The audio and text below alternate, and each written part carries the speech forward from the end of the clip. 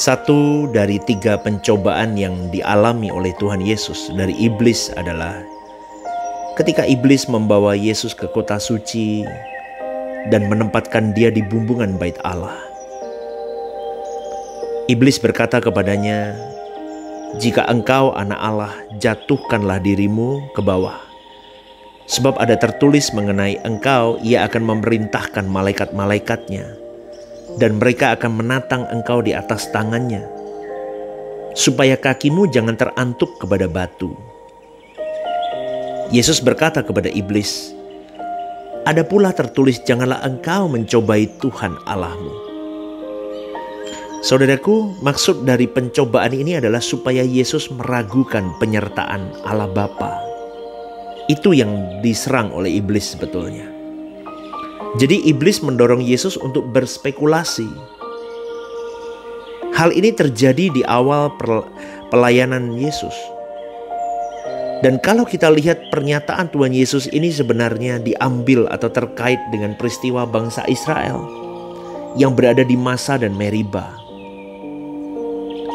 Dalam Keluaran 17 ayat 1 tertulis, "Kemudian berangkatlah segenap jemaah Israel dari padang gurun Sin, berjalan dari tempat persinggahan ke tempat persinggahan, sesuai dengan titah Tuhan. Lalu berkemahlah mereka di Rafidim." Saudaraku, bangsa Israel dituntun tiang awan pada waktu siang dan tiang api pada waktu malam. Lalu mereka berkemah di Rafidim. Tetapi di sana tidak ada air untuk diminum. Jadi mulailah mereka bertengkar dengan Musa. Bahkan pernyataan-pernyataan bangsa Israel itu menyakitkan hati Tuhan, juga menyakitkan hati Musa. Mereka berkata begini, "Mengapa engkau bawa kami ke padang gurun ini? Apakah tidak ada kuburan di Mesir?" Selanjutnya mereka bertengkar juga. Mereka berkata begini, "Berikanlah air kepada kami, supaya kami dapat minum." Tetapi Musa berkata kepada mereka, "Mengapakah kamu bertengkar dengan aku? Mengapakah kamu mencobai Tuhan?" Itu kata Musa, saudaraku, kepada bangsa itu. Ada kata mencobai Tuhan. Kata mencobai ini artinya meragukan kasih, meragukan kehadiran, meragukan pemeliharaan Allah, meragukan penyertaan Tuhan. Padahal mereka sudah menyaksikan dan mengalami sendiri bagaimana Tuhan itu memberikan tulah kepada bangsa Mesir. Mereka melihat sendiri, saudaraku. Mereka melihat, menyaksikan bagaimana laut Teberau terbelah di depan mata mereka. Sedangkan di belakang itu tentara Mesir sudah mengejar mereka. Mereka melihat betapa dahsyatnya Elohim Yahweh itu membelah lautan untuk mereka lalui. Allah membunuh algojo-algojo Mesir yang sangat besar kemungkinan pada waktu itu mereka pernah disiksa oleh mereka. Sekarang mereka mau melempari Musa dengan batu. Ngeri ya, saudaraku. Mengerikan. Memang kalau kita membaca Alkitab, bangsa itu memang tegar tengkuk, keras kepala. Sehingga sebagian besar mereka mati di padang gurun, tidak sampai ke tanah Kanaan. Karena karakter mereka, saudaraku. Dan selanjutnya berfirmanlah Tuhan kepada Musa, "Berjalanlah di depan bangsa itu dan bawalah beserta engkau beberapa orang dari antara para tua-tua Israel. Bawalah juga di tanganmu tongkatmu yang kau pakai memukul sungai Nil, dan pergilah. Maka aku akan berdiri di sana di depanmu di atas gunung batu di Horeb.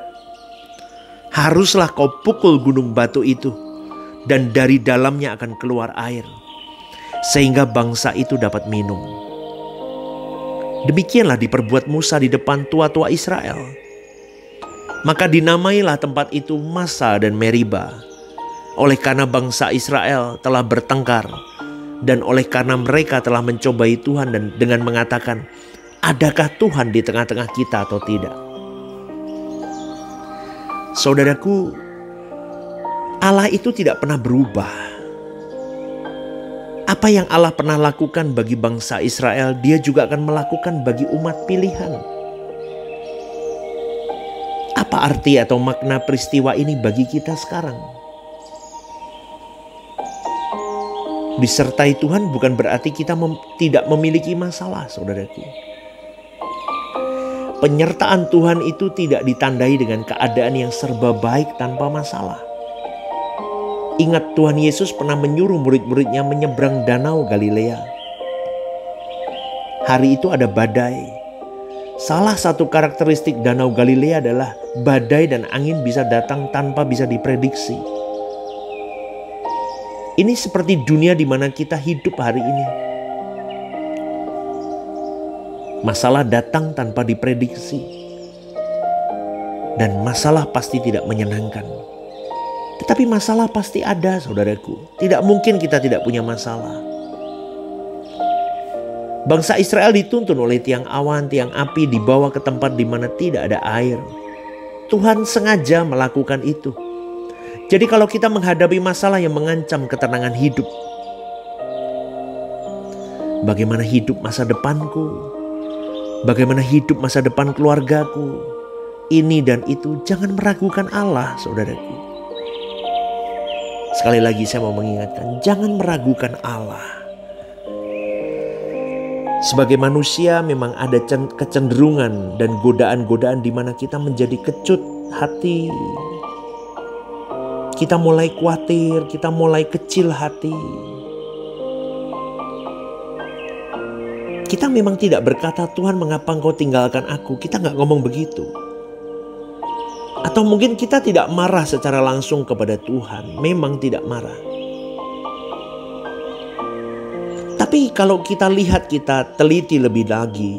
Sikap kita kepada orang di sekitar kita, sikap kita kepada keadaan itu mengisyaratkan kita memang merasa ditinggalkan Tuhan. Biasanya kita mulai menyalahkan orang-orang di sekitar kita.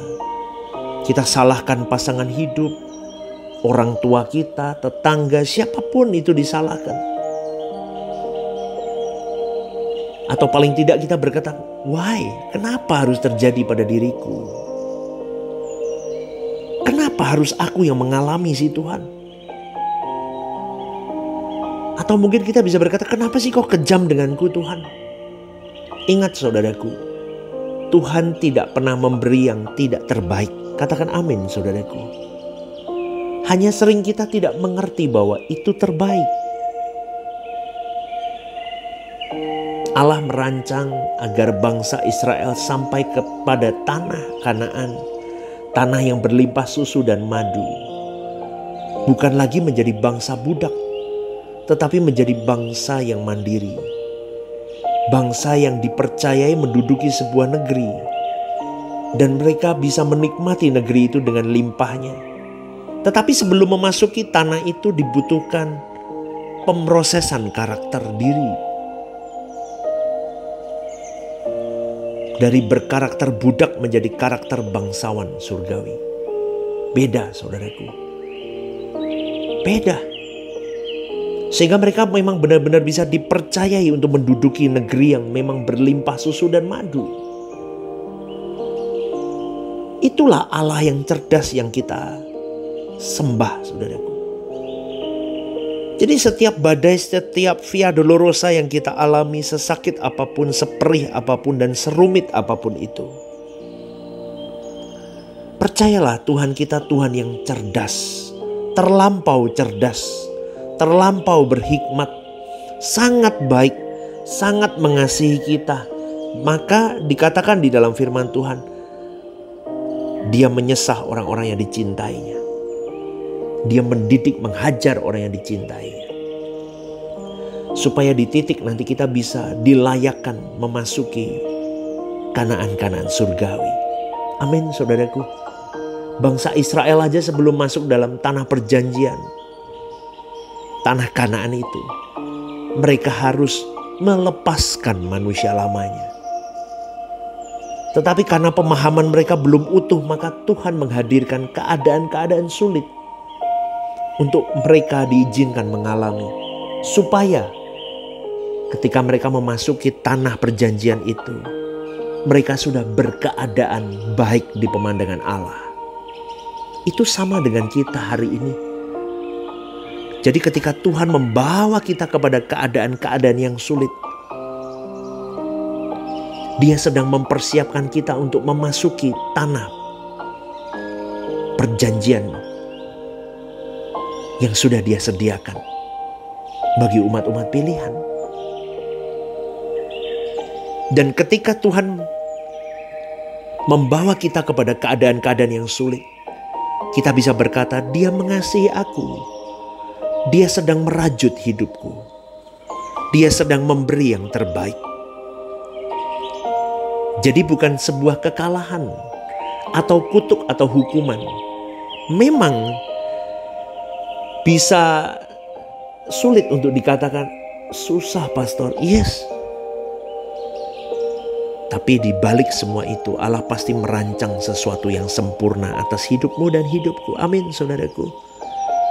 Sebab Allah tidak bisa mempercayakan negeri yang berlimpah susu dan madu, Kanaan surgawi itu, tanpa kita didewasakan. Kita harus menaruh percaya kepada Elohim Yahweh. Dan jangan pernah ragukan akan kasih-Nya. Karena Dia selalu memberi yang terbaik atas dirimu dan diriku. Renungkan ini saudaraku. Hiduplah benar. Hiduplah kudus. Jaga pikiran perasaanmu. Jaga mulutmu, jaga jari-jarimu dalam mengetik di sosial media. Jangan jahat sama orang. Hiduplah tepat di pemandangan Allah. Tuhan memberkati. God bless you.